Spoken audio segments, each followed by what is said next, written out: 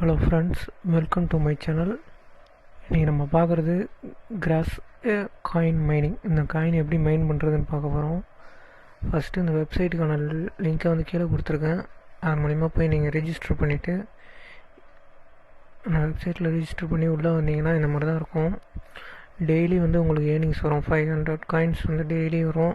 அது அபவுட் 1000 கூட வரும். ஒரு நாள் 2.4K வரும். இதில் எப்படி வருதுன்னா உங்களுக்கு ரிவார்ட்ஸ் மூலிமா வரும். ரிவார்ட்ஸில் பார்த்தீங்கன்னா உங்களுக்கு எல்லாமே இருக்கும். எப்போச்சு எல்லாமே இதில் லிஸ்ட்டு மாதிரி இருக்கும். டெய்லி நீங்கள் மெயின் பண்ணுறதை பொறுத்து உங்களுக்கு ரிவார்ட்ஸ் கால்குலேட் ஆகிட்டு போயிட்டே இருக்கும். ரெஃபரல் ப்ரோக்ராம் இதில் பார்த்தீங்கன்னா ரிவார்ட் டயர்ஸ்ன்னு இருக்குது பார்த்தீங்களா. இந்த பாருங்கள் 0 பாயிண்ட்ஸ்.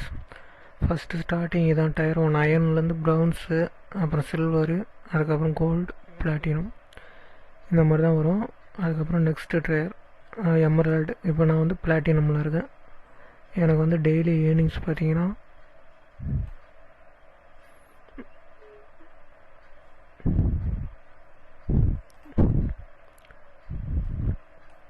இதான் என்னோடய டெய்லி ஏர்னிங்ஸ் தான். இது எப்படின்னா நீங்கள் ஒன்றுமே பண்ண வேணாம். இந்த எக்ஸ்டென்ஷன் இருக்குங்க இல்லையா, இதை நீங்கள் கனெக்ட் பண்ணாலே போதும். உங்களுக்கு கனெக்ட் ஆகிரும். இதில் போய்ட்டு இதில் ரெஜிஸ்டர் பண்ணினீங்கன்னா இந்த கனெக்ட்னு வரும்.